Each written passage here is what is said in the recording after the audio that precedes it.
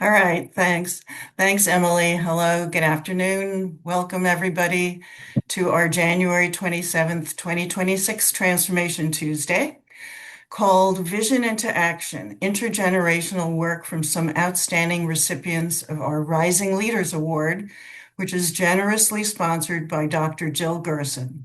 And thank you, Carrie Leljedal, for putting together this important program.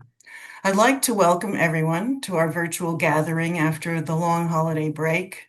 And thank you for making the time, although not all of us are in the Arctic blast, and some of us are in the Midwest, turbulent times.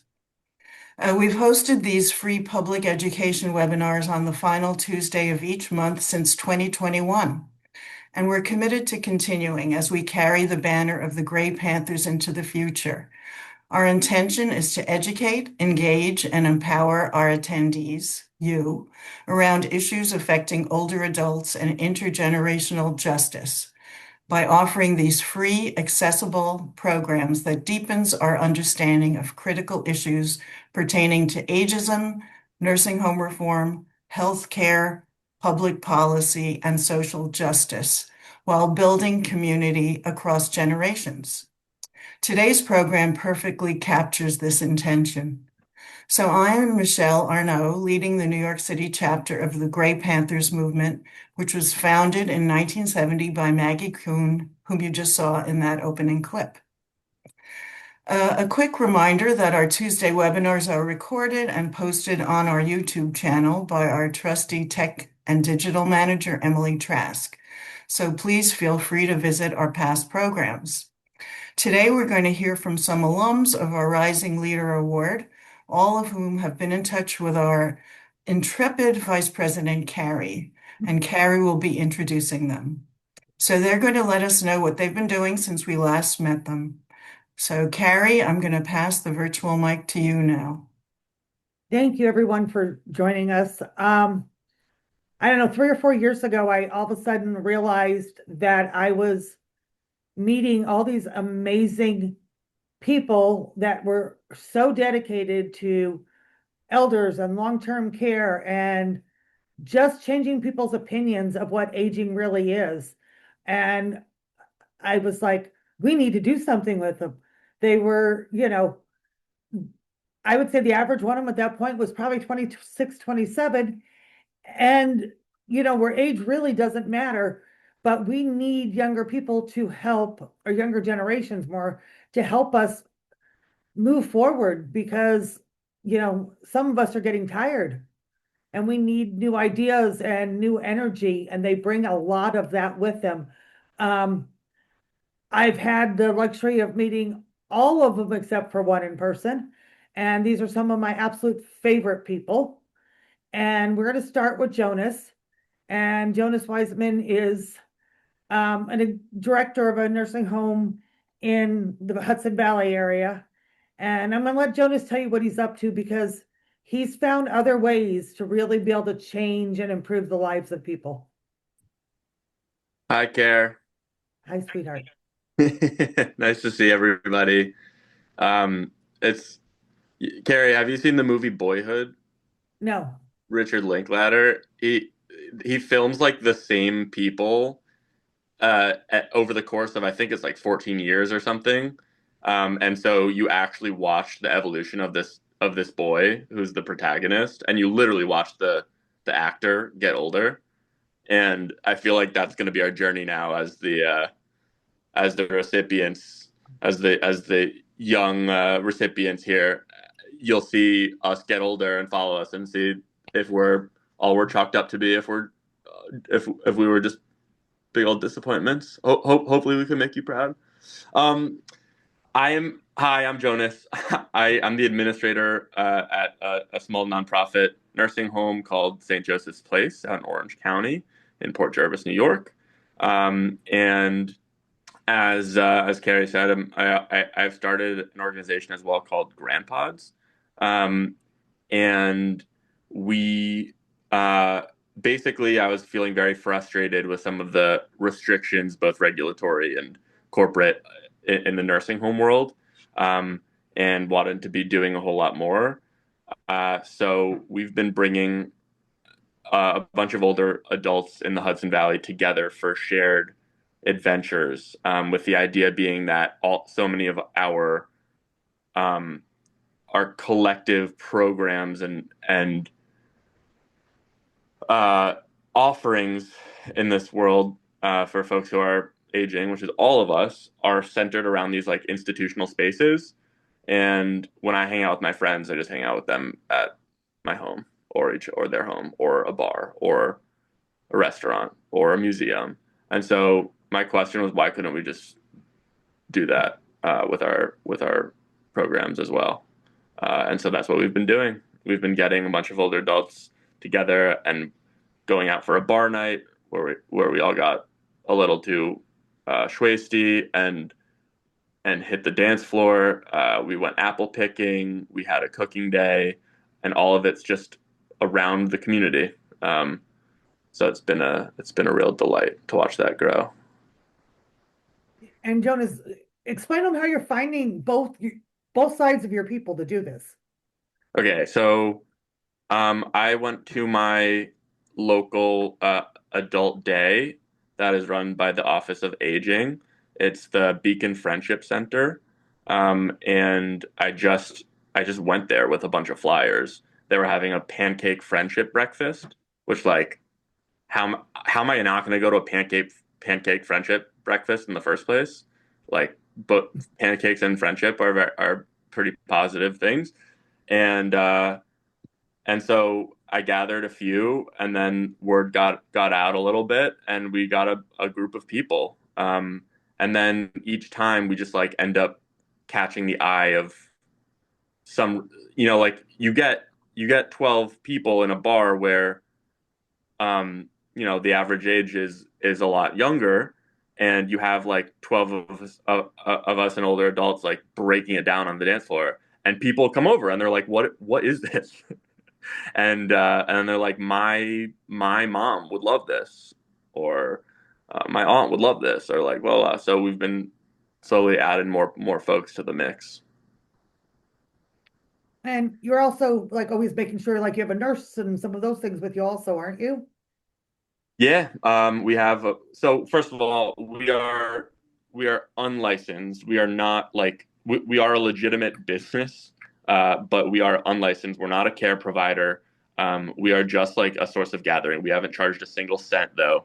But for my own sanity, we've had a registered nurse or at least a certified nurse's aide on site for every one of these, just because it lets me actually enjoy myself more instead of freaking out. It's amazing. I mean, every time you call me and tell me a different thing you've done with them. And Jonas, can you easily pull up pictures from where you're at the moment? Some of your pictures from your outings? Hey, I could sense maybe are you able to send pictures into a chat? No, you can share your screen. I have a phone on. Let's see. Oh, okay. But Yep. if you go to granpods.org, it's GRANPODS.org, you'll see like it's all publicly available stuff, and we made really cool beanies, so we're legit. Um, and there's some photos of past events in there. It's my favorite thing that I've ever done. It's a real joy. Um, the belief is like the core belief, and then at some point I got to show up and run out to resident council because I still am a nursing home administrator. But the core belief is that like home care is awesome, but it's inherently one to one and isolating, and it's really expensive. And then the moment that you escalate off of that, like beyond that, you end up in an institutional setting, whether it be adult daycare, whether it be assisted like you have to leave your home in some way and go to a centralized location. And that's not how I hang out with my friends. And the idea is that we could offer basically a home and community based service at a way lower price by bringing other people into the mix, and that way folks actually get to hang out too. So that's the hypothesis here, and we'll see if it's right or not. I'll send. While other people are chatting, We're pulling it I'll up. Oh, I was like, we got it. And I mean, like Halloween was your first event, correct? Right around Halloween? October. I think October 10th. It was for my 30th birthday. Okay. Um, was our I And my when your I your ended event up Friday, canceling how many will that volunteers. be? What's that? Your event on this week, how many will that be? Canceling it because there was Oh, 2 feet of snow in the Hudson Valley, and it's just too. There's too much liability. I'm scared. There's not going to be a single temperature below freezing. I mean, above freezing until like next week. So all of our snow is just still there. And the entrance into the bar that we were going to go to is like a sidewalk entrance. There's all these logistics and things that I never really knew about, but like we had to cancel it for this Thursday. that's okay. We're having the Thanks. same issues. Yeah. And well, I appreciate you coming and joining us because I know you're busy at work Oh, too. And wait, I didn't I even realize you had the site up. Well, do you still have that site up? No, you yes, don't. That woman, I I just do. wanted to tell one story and then I'll shut up. Go ahead, hold on. What page do you want me to find? The one with the woman singing, Oh, if you I scroll thought down or really scroll up. say that the other one, is my favorite. Right This there. one, Yeah. oh my God. Okay. That woman was so quiet. First of all, it turns out she lives on my block, and I had no idea. She was so quiet she came to apple picking and she hardly said a word, but she came, which was awesome. And then she came to a second event. And the second event was cooking. It was this event. We had a guy come and play guitar for the end of it.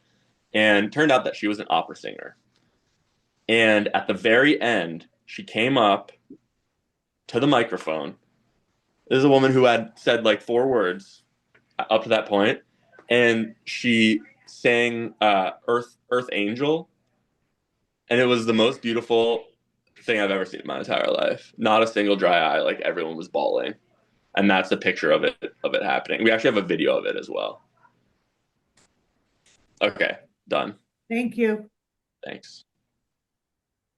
I mean, this is what life is supposed to be about.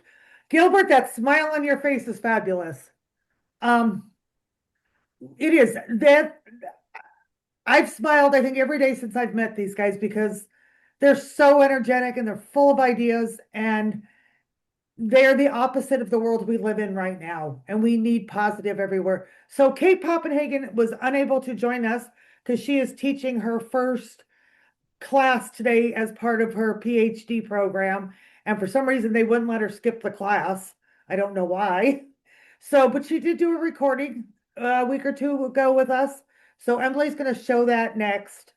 And in Kate fashion, she's full of vibrance and full of energy and creativity. And go ahead, Kate, or not Kate, Emily.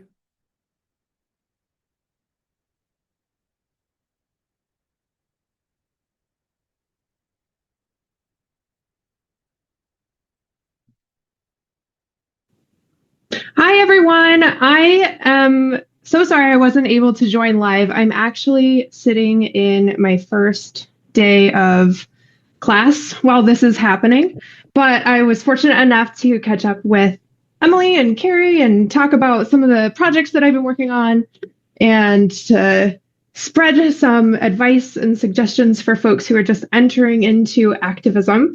But I would like to give a warm thank you to Gray Panthers for always providing me with support and opportunities to share what I'm doing and connect with other advocates and activists around the nation and internationally on how to fight and combat ageism and make the world and society a more equitable place for folks of all ages. So I have been doing a lot. I'm currently in the second semester of a PhD program in social gerontology at Miami University. And in the program, I've been working on my research. So I've been writing grants and I secured funding to start my own intergenerational LGBTQ art program. And I'm incredibly fortunate that I've been able to partner with the Interfaith Center here in Oxford, Ohio. So my work is at this incredible intersection of aging, LGBTQ identity, and then also spirituality, religiosity, faith.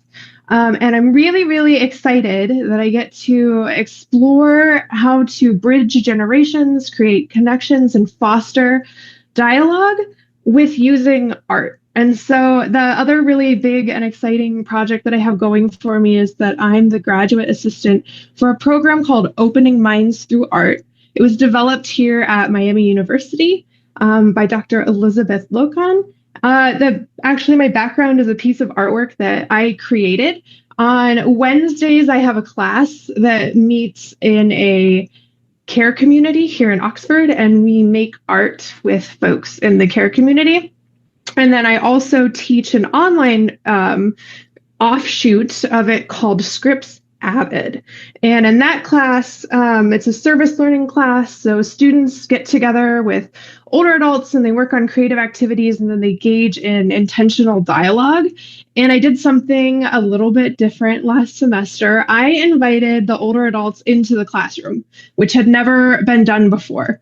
It was an incredible experience. One of the first questions I asked the older adult participants is, what would you like to be referred to as?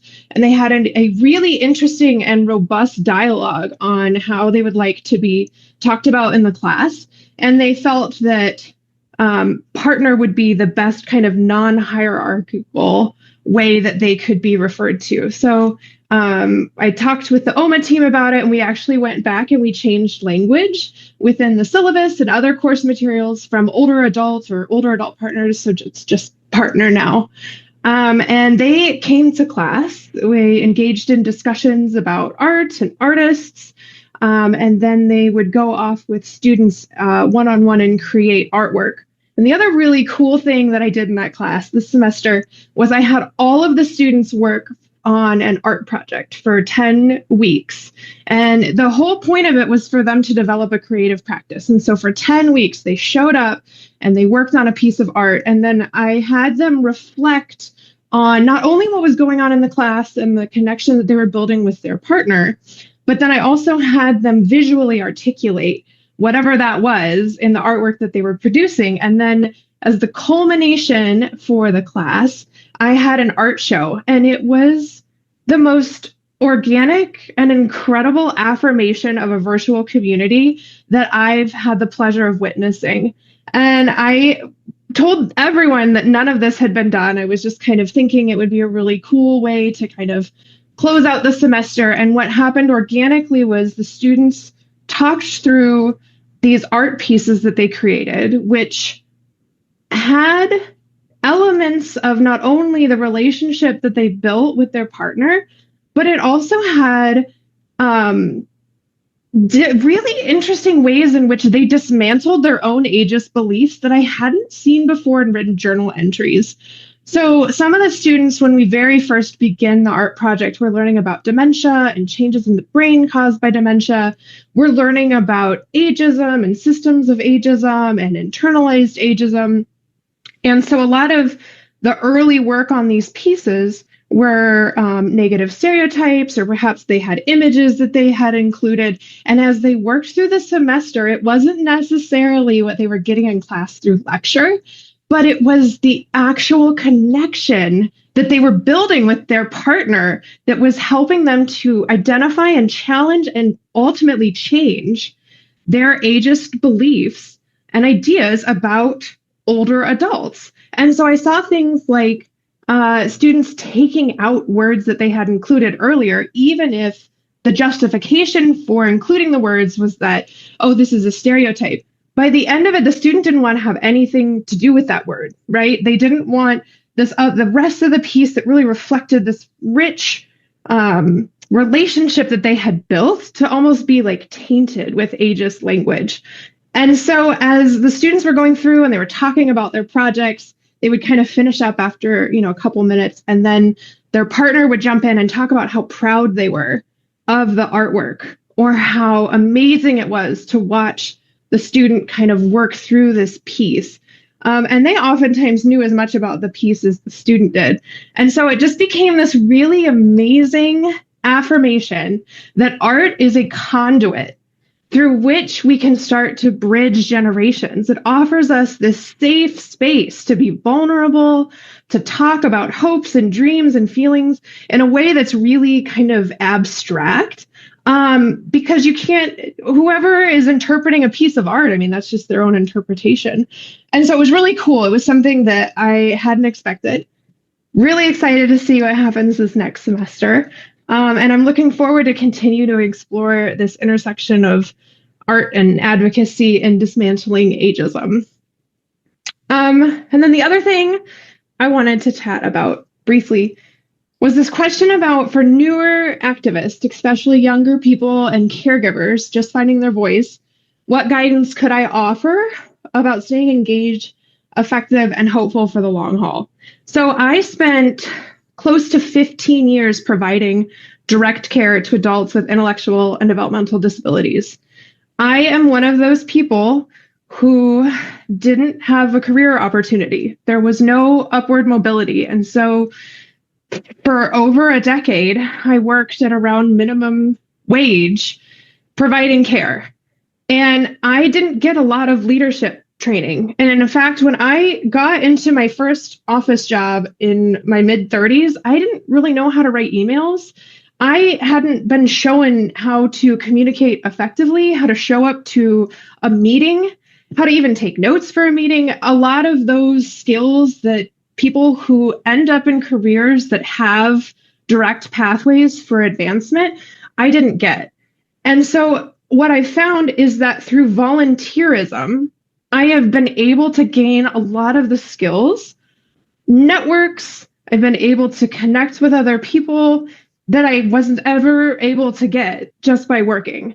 Volunteerism is an incredibly important part of activism and grassroots efforts. I am currently volunteering as a grant writer. It's a skill I wanted to learn. And so I took a few classes, and then I started reaching out to nonprofits, and eventually I connected with Cincinnati Pride. And I am writing grants to bolster inclusion and accessibility efforts so that we can have LGBTQ folk living with disabilities have a more enjoyable and inclusive time at Pride.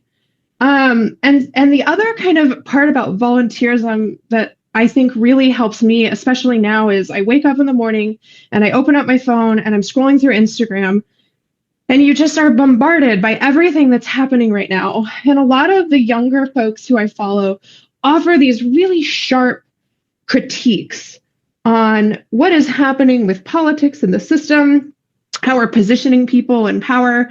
And then I turn my phone off and it's like, where does that energy go? You know, like you make breakfast and then you go to school. Like, where does it go? And volunteerism, finding community organizations that you can connect with, is a perfect bridge between these ideas that you're seeing on social media, these calls to action that you maybe are consuming and you're not sure what to do with. Find community organizations that you can develop skills in, connect with other people, and then in a very tangible way, you're giving back to your own community. So thank you all so much. I'm so sorry that I couldn't be there today, but I look forward to seeing the recording and catching up with everyone in a future time.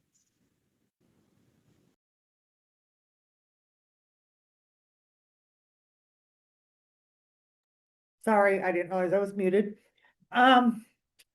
Kate says it all right there.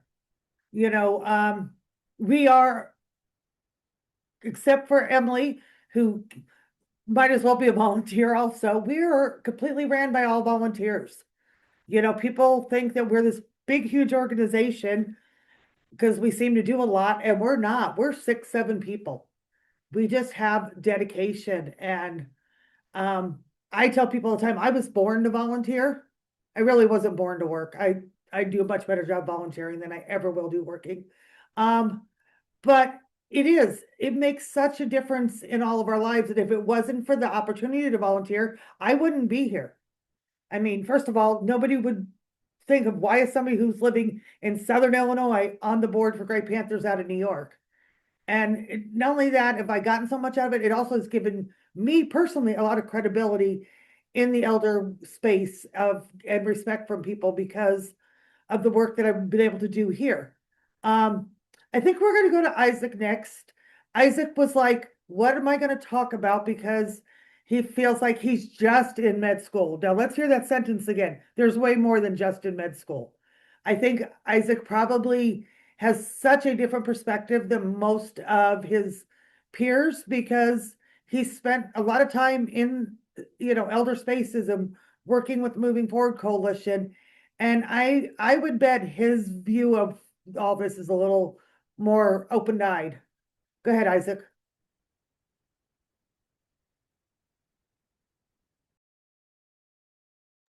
You're muted. There you go. There we go. Okay. Hi, everybody. Thanks for having me. Thanks for the award. It has always been very, very meaningful to me, and my relationship to Gray Panthers has always been very meaningful to me. It was great to hear from Jonas and Kate and all the amazing work they're doing. As Carrie said, I'm a first-year medical school student at Stanford now, which is certainly a transition from sort of being on the ground or at least on Zoom doing the work with the Moving Forward Nursing Home Quality Coalition to, going back to being a student and figuring sort of taking a new 30,000-foot view and kind of trying to figure out how to bring healthcare into all of this. So I'll talk a little bit about what I've been up to in medical school when I'm not learning biochemistry and cutting into cadavers to learn anatomy. Medical school's been great. I think I'm starting to get my head around how to engage broadly with these issues of ageism and misguided institutionalism that mean a lot to me. I'm just looking at my notes. Some of the ways I'm starting to think about that are one through research, which is sort of the general approach of medicine. I'm exploring some early research opportunities, some of which are still around nursing homes and how to improve the relationship between nursing homes and hospitals to better the quality of life and care that residents, or as hospitals call them, patients, receive. I'm also, Stanford, as you're probably aware, is a pretty technological place and certainly in a pretty technological part of the country.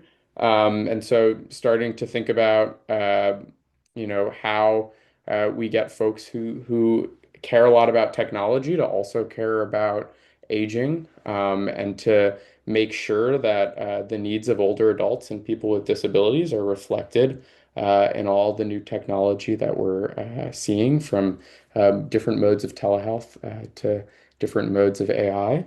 And then also getting involved in some community engagement and activism work where I can. I think one of the most eye-opening projects that I've gotten involved with for me, and one where I'm learning the most and I think feeling the most uh, impactful, is working on compassionate release cases for incarcerated folks who are, dealing with profound illness, and also disability in prison, and trying to rejoin the community. And so we, as some medical students, work with law clinics to help write medical testimony to support these compassionate release cases. And it's just been really eye-opening to me. It's something I didn't know a lot about. But I've worked in nursing homes for a long time and know how difficult it can be to age in an institutional setting. And of course, prisons have that same characteristic, in many ways, more painful situations. And I think I'm learning a lot about trying to bridge those issues together and think about them as one. One, Carrie asked me to think a little bit about some myths of aging that I want to dispel. And one that I think a lot about is that it's a disconnected issue. I think disability spans the age spectrum, and the burdens of institutionalism span the age spectrum. And I think trying to think about those things together has been really profound for me. I think on that note, the other thing I'm learning, and it's probably obvious to most, is just in carceral settings, there isn't a lot of geriatrics care, let alone even geriatrics assessments.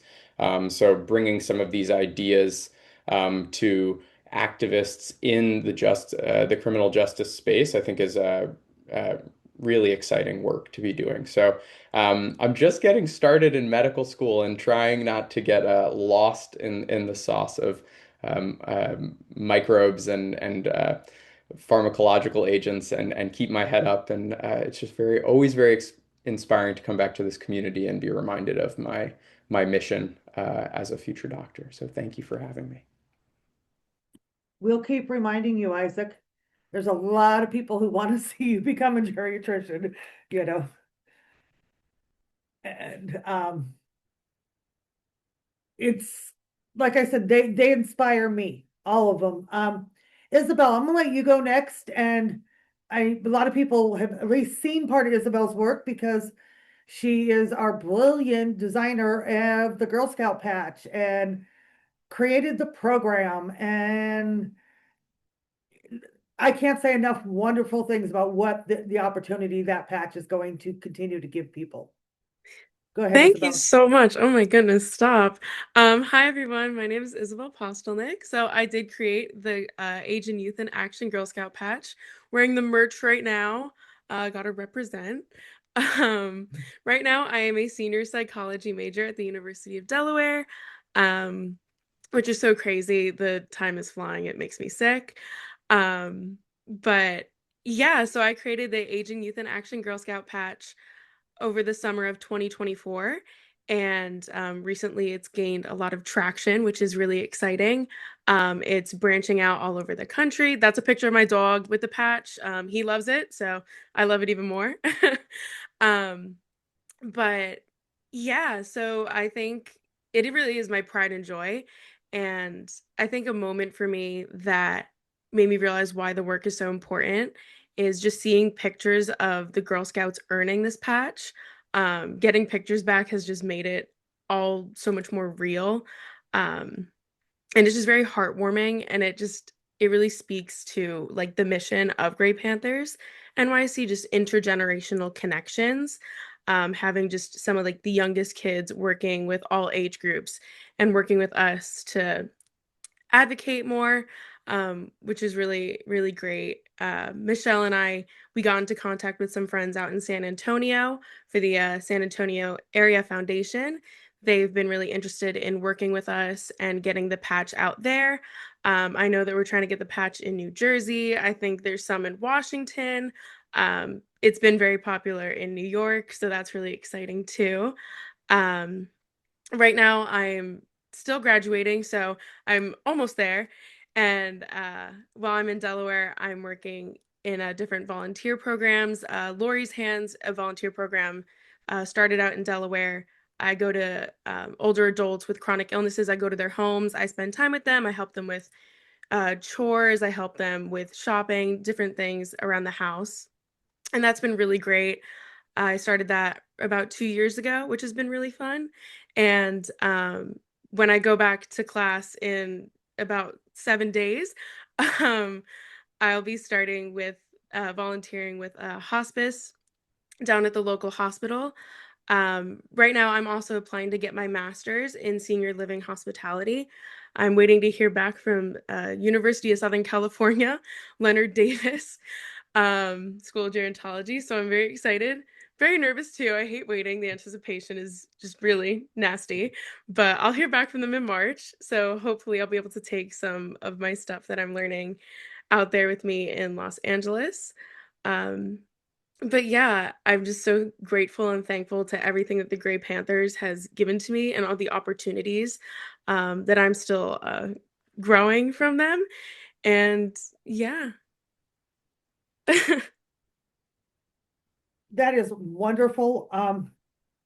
You know, we all take a lot of pride in the patch that you helped do, Michelle and I are actually speaking at the ASA conference, American Society on Aging, in April. And we are speaking about how we've used, intergenerational relationships to rebuild the New York chapter. That is a big part of how we've gotten the New York Gray Panthers to really keep moving forward. And so there's a lot for a lot of people to learn from this. I think Emily's pulling up pictures as we speak. Those of us that have been a Girl Scout, we know how exciting it is to earn a patch and to be able to carry that around. And again, the opportunities that all of them are giving and helping other people get. So Jonas had to leave before I give Isaac, or next will be Alex in a moment, but he asked me to tell everybody the thing he's the most proud of from all of this with the Gerson Award is that once he put it on his resume, every time he meets with anybody, somebody's like asks him about it and they want to understand more about Gray Panthers and the Gerson Award and the importance of that to them. So, I hope that we are able to help all of the people we've given these awards to, that our support gives them even more support in the world at large as they keep moving forward, because they are going to be our voice. Alex, would you like to join the conversation? Yes, thank you, Carrie. Thanks for the invitation. Happy to be here. Happy to see everyone. Lots of familiar faces on this call. My name is Alex Eshelman. I'm the Associate Director of Open Doors. We're a small nonprofit based out of a nursing home, Kohler Nursing Home on Roosevelt Island in New York City. So I work with a group of the residents who live at Kohler, aka the Reality Poets. And they started as a group of gun violence survivors, but then we kind of expanded our group to include definitely, now there are women in the Reality Poets. At first, there was just a bunch of guys from the streets, but now the group has sort of expanded, and not everyone even has a spinal cord injury or is a gun violence survivor, So now our sort of underlying identity is that everyone's a wheelchair user. And we all do poetry amongst other forms of art. We got like filmmakers, musicians, visual artists, but what everyone does is write poetry, right? And it's so funny. I've been connected to Gray Panthers for quite some time now. I would say affirmatively since 2022. I think y'all were probably tapped in with Open Doors before then, but that's more so when I did come on the scene. I was with Open Doors since 2020, but at that point in time, I was an intern. I was still a student and I was working part-time. But so to that comment, Alex, yeah, Vince Pierce, who is your boss, and myself, along with Toby Edelman, were the three first people on the very first Transformation Tuesday. It was an interesting day with more computer things go wrong and hacks and the whole 9 yards, but we did it. So yes, we've been, yes, it is. Yeah, it's been a while, hasn't it? And so boom, I guess 2 years ago to the month, I'm sure is when I was awarded with the Gerson Award, which is great. And I think at that point in time, we basically were coming off the release of our documentary film and everything was great. Everything was good. Business was booming, you could say. I remember we got a funder who had rejected us the previous year. Things were good. But I think, and the reason I'm kind of fast tracking to that point in the story is because for the last 2 years, right, I think a few things have been different. I think during 2024, we were so focused on trying to improve things for nursing home residents, you could say regionally and even nationally. We were trying to connect with advocates in other places. We were trying to be a part of an ongoing conversation. We were trying to use whatever momentum we had from the successful film that we did. And we're basically trying to see what sort of a change we could affect in a bigger picture. And that was cool. It was great. We met a lot of good people and it was good networking, I think. And we made a lot of valuable connections that we still have. But I don't know. I feel like there were just a lot of conversations, just being conversations and almost being left at conversations. I feel like that kind of reminds me of something Kate said in her presentation was all this energy you see online, how does that affect your daily life, right?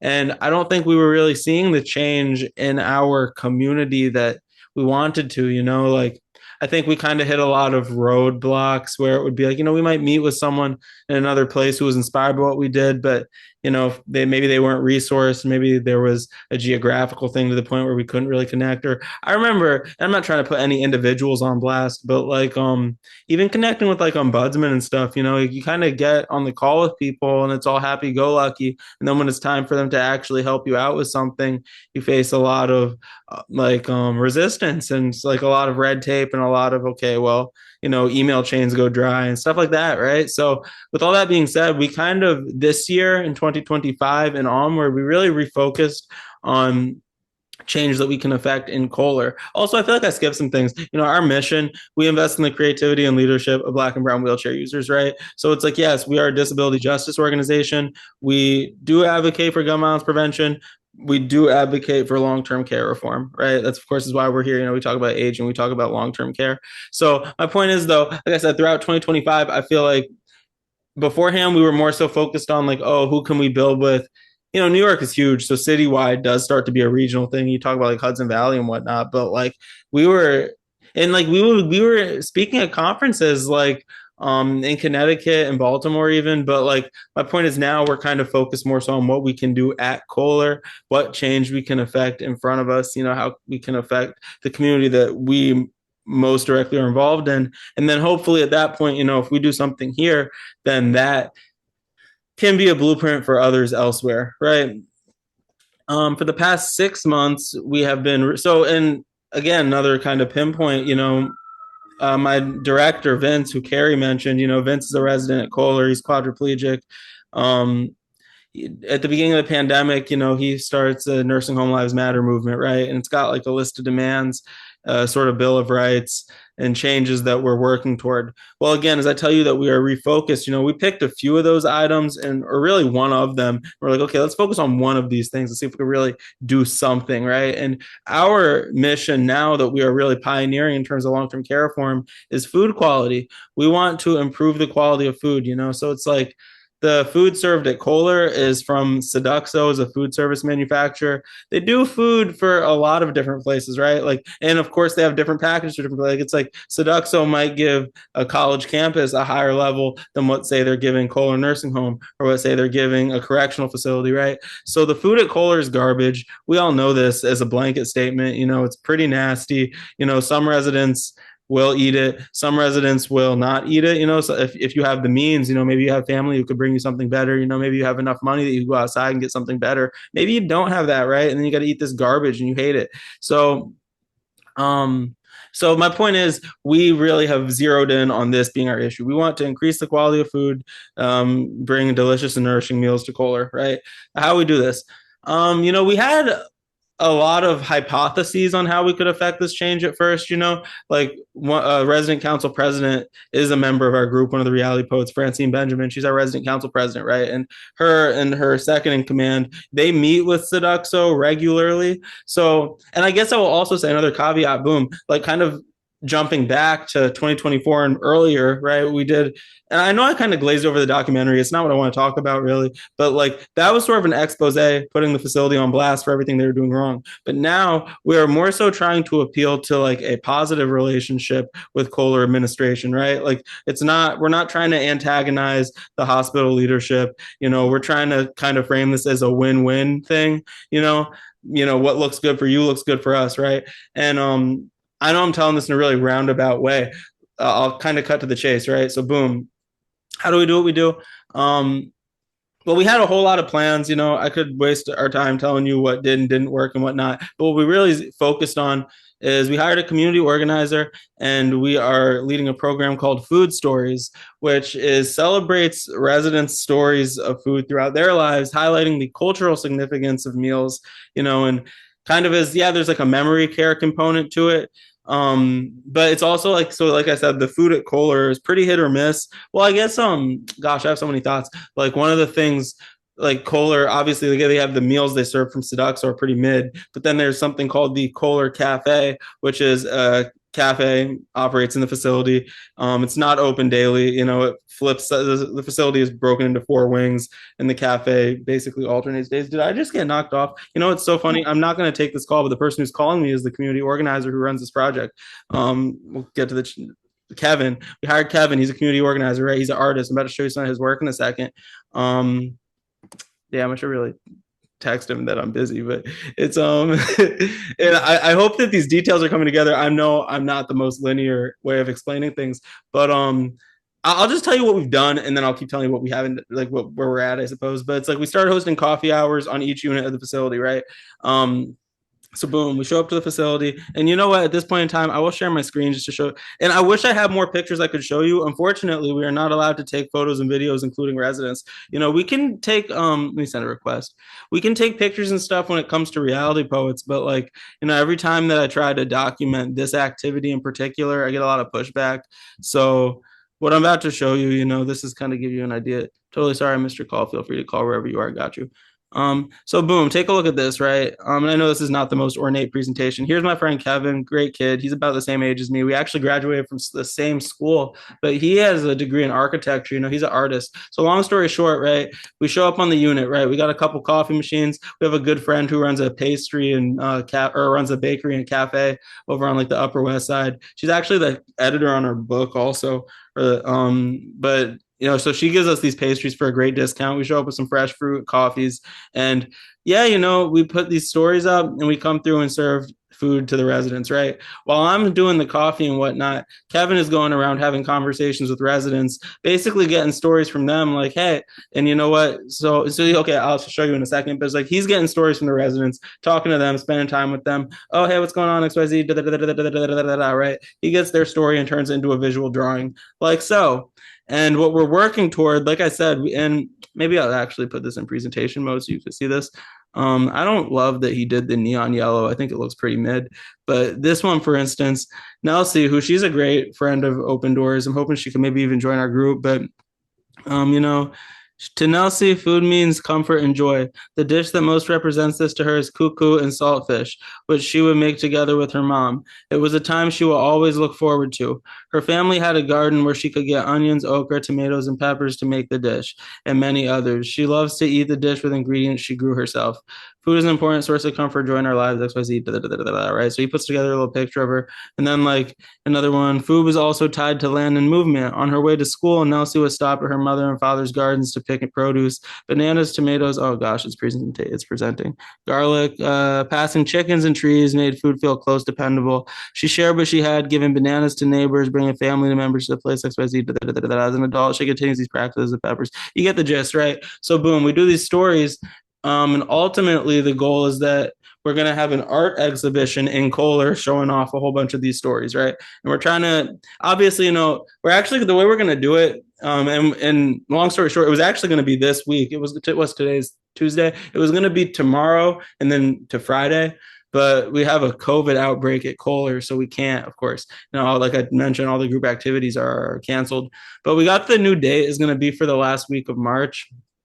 You know, we want to invite like we kind of got well, first of all, we gained really great feedback from the activities therapists on all the exercises. Like, I mean, the activities, like the coffee hours, I mean, like the activities therapists, like, I guess that's the one part I left out, right? We show up on the unit and the activities therapists, each one, they have their own way that they like to do things, right? Not to mention, they know who can have what, like, oh, this resident is like diabetic, so he can't have this in his coffee or whatever, right? So a lot of times I'll kind of just make the coffee black and let the activities therapist decide how it can be done. So they you know, they like what we're doing, and you know, so boom, like I said, we're gonna do an exhibition. We want to invite like policymakers, definitely electeds, some funders, but you get the idea, that kind of a thing. And then well, like the first of, but truthfully, what we're really working toward, we're trying to have dinners, like, you know, serve proper meals and not just coffee and pastries, right? Because like, now, with that being said, I'm not going to lie. It's so funny. I feel like everyone's got their own agenda, like within the group, right? Like I'm like kind of like, I feel like I'm an admin, but I guess it's all programming. You know, we're fiscally like that. It's all semantics, but it's like, to me, I like the coffee hours because they're pretty low lift and don't cost us a ton, right? So like when people start talking about like wanting to scale up the event, part of me wants to roll my eyes, but part of me knows that's the mission we're going for, right? So it's like, with all that being said, right? So boom, kind of, that's what we have been doing. I want to jump back to where I was like, what was our initial plan to really improve the quality of food, right? We're going to really try to, like, you know, keep working with Seduct. So, I mean, I don't think they're going anywhere, you know, try to You know, it's funny. We're trying to serve, not trying to, we're going to, it just hasn't happened yet. We're going to survey residents on who, we're going to talk to residents.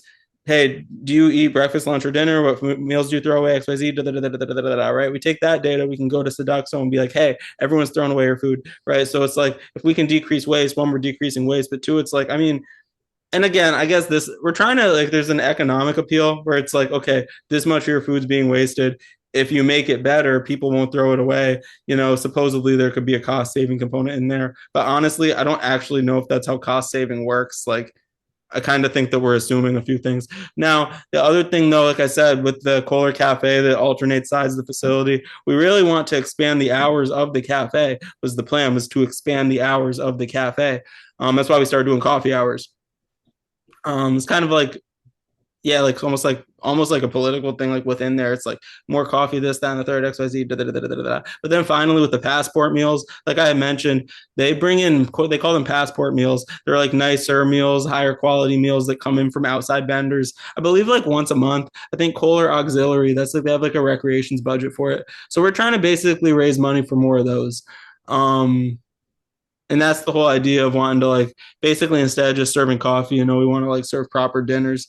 So with all that being said, I feel like the progress that we have made thus far is, you know, we did all the coffee hours, we got a lot of positive feedback on that. Like I said, we're going to do an exhibition, and like Kohler admin, they've already told us that they're interested in supporting the Sunday dinners. Like they said that they're interested in maybe taking that on as their own, which like I'll believe it when I see it, but it's great that they said that, you know what I mean? Because that means that we're not paying for it. Well, and you're showing that even small incremental change will make change, okay? Yeah. You know, food in nursing homes is by far, except for staffing, the number one issue. If you take staffing out of it, food is always the top issue. And to fix even a small amount of that. And I love the idea that you're, you know, asking residents, what meals are you eating? What are you throwing away? Because it is important for people to understand that and to know what is going on. So I'm going to try to end you because we only have like 6 minutes left. And is there any one other thing you would like to add first, Isaac? Or no, yeah. Nope, Alex. No. Sorry. The I'm only looking at thing both I of really you. want to say, no, the only thing I really want to say, something I'm really excited about. You know, I'm trying to team up with a CUNY school and get more students involved. Because, like I said, the way they do the coffee hours is kind of like one conversation's happening at a time.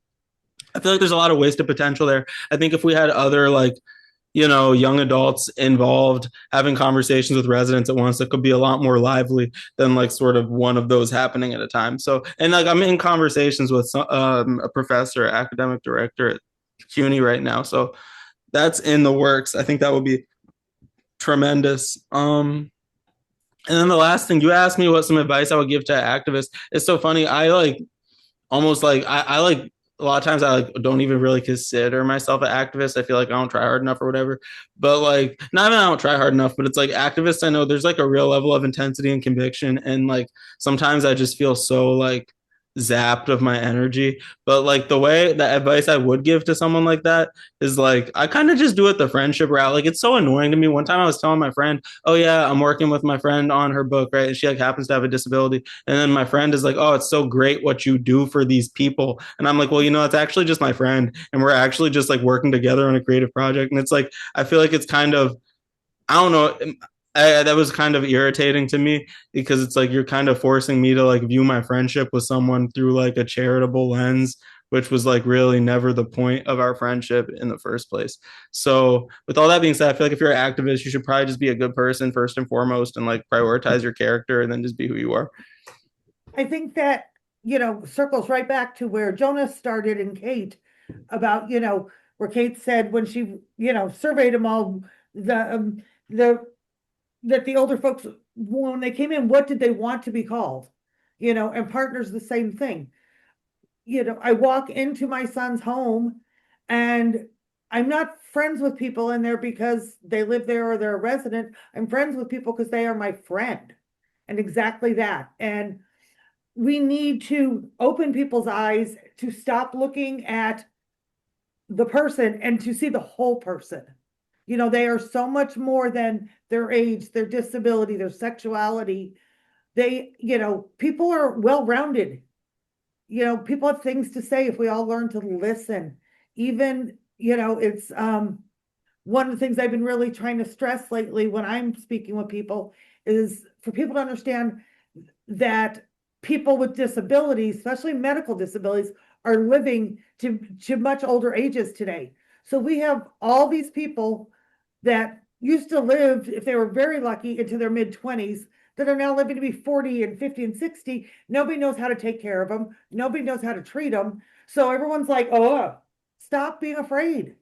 There is no difference just because somebody is older or disabled. They just want to be this part of the same community and society the rest of us do.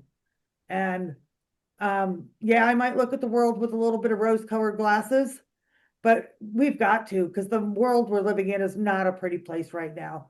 So we are thrilled too. By the way, we have at least that I've seen, two other of our winners are on with us today. I know Sophia's here somewhere. I haven't seen her, but seen her name pop up multiple times. And I know Edwin is also here. And for Michelle and I to know that everybody is taking time out of their afternoon to come join us and to remind us why we're doing what we are doing. And in a small way, even if it's a little different than some, we're making a difference. Every one of us are. And I think it's important that we remind ourselves of that some days, because there And are days. also, we'll be looking for nominations for our 2026 Rising Leaders Search. So put your mind on who you'd like to nominate for this Right. year. And I would love to see some of our past winners nominate people. It is such an amazing field. And it is so, yeah. Well, we're Sometimes the word- excited to grow our Rising Leaders Circle. Yes. And I guess at this point, I'm just going to thank everybody for an amazing and inspirational hour. And I also want to alert everyone to a webinar that our sister partner, or I shouldn't say sister, just partner, Art Against Ageism will be hosting on February 12th. Meg Laporte on our board is hosting that. I don't know, Meg, if you want to say anything about that. But anyway, the title of that webinar is Art Tackling Ageism in Long-Term Care. So we will invite you to that. And we also look forward to meeting again here on our Transformation Tuesday, February 24th, when we're going to host a special hour on the essential caregiver legislation, which has been reintroduced after a hiatus. And again, Carrie, thank you for reminding us that this is a piece of legislation that we would like to see passed this year. It has to. I don't have the energy to do it again. Yeah. Anyway, this is all happening next month. And thank you, everybody, for participating today. Have a good afternoon, everyone. Thank you. See you next time.